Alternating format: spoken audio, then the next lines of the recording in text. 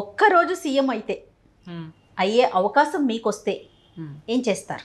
నన్ను ఒకదాన్ని అడుగుతున్నారా? ఆ మామకు వచ్చిన గెస్ట్లందరినీ అడుగుతారా? మీతోనే మొదలు. సరే, ఎడ్యుకేషన్ సిస్టమ్ మార్చేయాలని ఉంటుంది జయ నాకు. పాతకాలపు ఎడ్యుకేషన్ సిస్టమ్ అంటే ఎలా చెప్పండి? అంటే ఈ ట్యూషన్లు, ర్యాట్ రేసు, పరుగు పందాలు, టెస్ట్ పెట్టి ఆ టెస్ట్లో పాస్ అయితేనే నీకు సీట్ వస్తుంది, లేకపోతే లేదంటారు. 10,000 సీట్లకి 25 లక్షల మంది పోటీ పడ్డాలు, వాటిని తీసేయాలి. ర్యాట్ రేస్ కాదు. తర్వాత కుల వృత్తులు, ఎవరు ఏ పని వచ్చినవాడు వాడు ఆ పని చేసుకునే అవకాశం. ఇందులో ఉన్నవాడు అది చేయకూడదు, అందులో అదేదో చేయకూడదు కాదు. ఏ కుల వృత్తి వాడు అదే చేసుకోవాలని కాదు. దీని మీద ఆసక్తి ఉన్న ఎవడైనా ఈ పని చేయొచ్చు. అంటే కులాలతో సంబంధం లేకుండా ఎవరు వృత్తులైనా చేసుకోవాలి. వృత్తులు ఈ వీళ్ళు చేసేదే ఇది అని పెట్టకూడదు. అందరికీ అన్ని రకాలు చేసుకునేందుకు అవకాశం. తర్వాత చాలా స్ట్రిక్ట్గా విక్రమార్కుడు కాలంలాగా రాత్రి 9 తర్వాత ఎవ్వరూ మెలకుగా ఉండకూడదు, పని చేయకూడదు. బాగుంది రబ్ గారు మీవి. కష్టం కదా, చాలా కష్టం. ఇప్పుడు ఎడ్యుకేషన్ సిస్టమ్ పాడవడానికి పరుగు పందెం చాలా పెద్ద కారణం. అందరూ ఒకటే రోకటి పాటలాగా చేయటం, ఒకే సిస్టము. ప్రతివాడు అన్ని పనులు మానేసి ఇదే ఈ ఏబిసిడి ఈ 1 2 3 4లు పోస్తే కానీ వాడు ఇంకే పని, ఆఖరికి వాచ్మెన్కి కూడా వాచ్మెన్ డ్యూటీ చేయాలన్నా వాడికి ఏం కావాలి? ప్రధానంగా ఏబిసిడీలు కాదు, వాడికి కావాల్సింది నిద్ర మెలకుగా ఉండే విధానం కావాలి. ఇదే దీన్నే ప్రతి చోటకి సంబంధించిన పాఠ్యాంశాలు ఉండాలంటారా? అదే మీ ఉద్దేశం? ఖచ్చితంగా అది కావాలి. రెండోది, ఇవాళ రోజున యువత సర్వనాశనం అయిపోవటానికి, భారతీయుల ఆరోగ్యం పూర్తిగా పాడైపోవడానికి ప్రపంచ దేశాల్లో బాగా గుర్తింపు పొందింది భారతీయుల విద్యా విధానం, ఆరోగ్యం. దీని తర్వాత కుటుంబ వ్యవస్థ. ఈ మూడిటి విద్యా విధానం మనం సెట్ చేస్తున్నాం. ఈ ఆరోగ్యం ఎట్లా సెట్ అవుతుంది? రాత్రి పెందరాళ్ళే పడుకుని పొద్దున్నే లేస్తేనే. భారతీయుల్లాగా early to bed early to rise చేసిన దేశం ఇంకొకటి లేదు. మనకి కొన్ని వేల తరాల పాటు అలాగే చేసాం. వేల తరాలు. నిన్న మొన్న 4 రోజులు చేయటం కాదు, మన తాత మామ చేయటం కాదు, మన తాతల ముత్తాతల ముత్తాతల ముత్తాతల ముత్తాతలు కూడా చేశారు అదే. వాళ్ళందరూ శుభ్రంగా ఉన్నారు. మనం ఇప్పుడు హాయిగా లేకపోవటానికి, భారతదేశంలో డయాబెటిక్ ఇండియాగా ఇది మారిపోవడానికి కారణం పిల్లలు నిద్రపోకపోవటం. 9 తర్వాత అసలు లైట్లు ఉండకూడదు, టీవీ ఉండకూడదు, ఫోన్ ఉండకూడదు, ఏ నెట్వర్క్ నో. అప్పుడు బ్రహ్మాండంగా హెల్తీగా ఉంటారు. వీళ్ళు తప్పకుండా పొద్దున్న లేస్తారు. పొద్దున్న లేచాం కాబట్టి పని చేస్తారు. ఖాళీగా ఏం కూర్చుంటారు? పని చేయాల్సి వస్తుంది కదా. ఆరోగ్యంగా ఉంటారు ఆటోమేటిక్గా. చదువు, ఆరోగ్యం ఈ 2 సెట్ అయితే ఆటోమేటిక్గా కుటుంబ నేపథ్యాలు బాగుపడతాయి. దీంతోటే రిలేట్ అయి ఉంది కదా జయ. ఈ రాత్రిళ్ళు పడుకోకుండా పిచ్చి పిలకలెత్తి కొట్టుకు చచ్చిపోతున్నారు. చేతి నిండా పని ఉంటే. మన ఎడ్యుకేషన్ సిస్టమ్ ఇప్పుడు ఎట్లా ఉంది? ఊరికే బ్రెయిన్ కుకింగ్ చేయిస్తారు. నిజానికి సాలిడ్గా పని లేదు వీళ్ళకి. పిల్లాడు కొంత దూరం నడిచి వెళ్ళాలి, కొన్ని గంటలు చదువుకోవాలి, కొన్ని గంటలు తప్పనిసరిగా ఆడాలి. అసలు ఆడే సిస్టమ్ ఏది? స్టేట్ గవర్నమెంట్ ఎడ్యుకేషన్స్లో ఆటలకి తావే లేదు, వారానికి ఓ రోజు ఇస్తారు. అది చేస్తే ఇది సెట్ అవుతుంది. ఆటోమేటిక్గా బుద్ధి సరిగ్గా ఉంటే కుటుంబాలు బాగుంటాయి కదా. దీన్ని మార్చాలి. కుటుంబ వ్యవస్థ గురించి ఇంకా చెప్పలేదు రమ్మ గారు. అక్కర్లేదు జయ, ఎందుకంటే ఇవి 2 సరిగ్గా ఉంటే, ఇవి సరైనవైతే ఆటోమేటిక్గా ఇది సెట్టింగ్ అయిపోతుంది. ఎందుకంటే దీని మూలాలు ఈ విద్యా వ్యవస్థలోనూ, తర్వాత ఏమో ఈ ఆరోగ్య వ్యవస్థలోనే కుటుంబం యొక్క మూలాలు ఉంటాయి. మీరు మాట్లాడారు కాబట్టి సందర్భంలో ఒక మాట చెప్తున్నానండి. నేను లాస్ట్ వీక్ ఒక ఇంటర్వ్యూ చేసి వచ్చాను రమ్మ గారు, కల్వకుంట్ల వెళ్ళి. వందే మాతరం ఫౌండేషన్ అని వారిది అక్షరవనం స్కూల్ పేరు అది.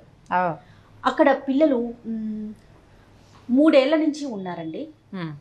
10వ తరగతి వరకు చదువుకునే పిల్లలు ఉన్నారు.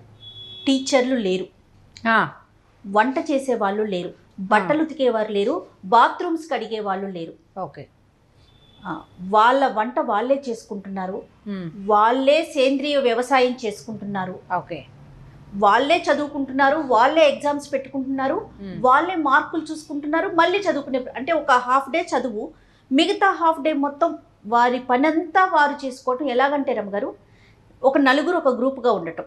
ఈ నలుగురు కలిసి ఆ రోజు ఒక 80 మంది పిల్లలకి వంట చేయటం, ఒక నలుగురు బాత్రూమ్స్ కడుక్కోవటం, పై పిల్లలు కింద పిల్లలకి, కింద పిల్లలు వాళ్ళ కింద పిల్లలకి చదువు చెప్పటం.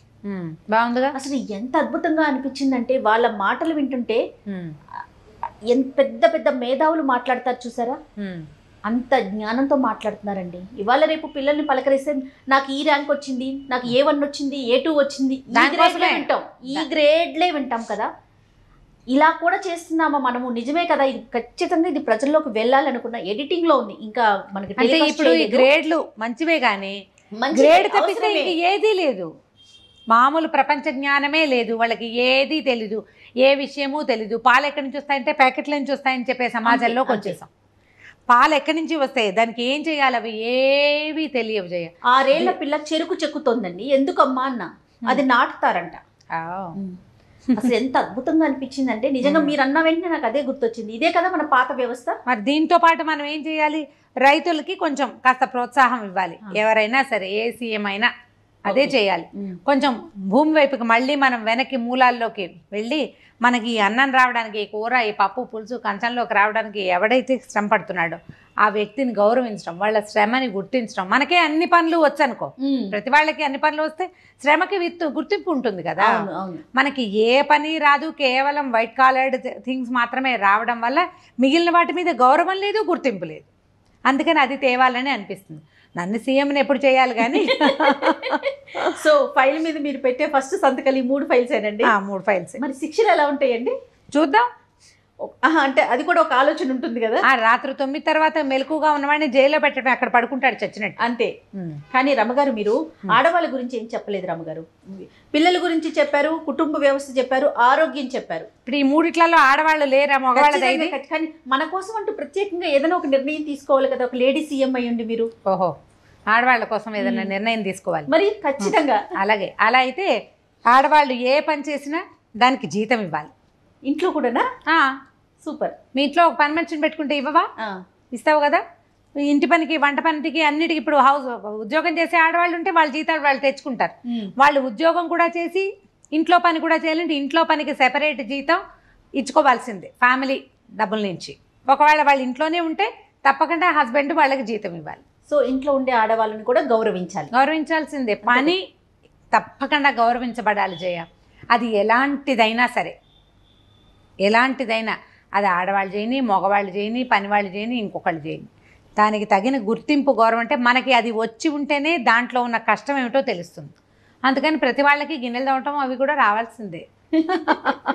చిన్నప్పటి నుంచి నేర్చుకోవాలి. ఆడపని మగ పని తేడా ఉండకూడదు. అవును. ఒకవేళ ఉంటే దానికి తగ్గ రేటు కట్టి ఇవ్వాల్సిందే. మరి మీరు ఇస్తేనే బాగుంటుంది. మంచి వింగ్స్ ఎన్నుకున్నారు రమ్మగారు.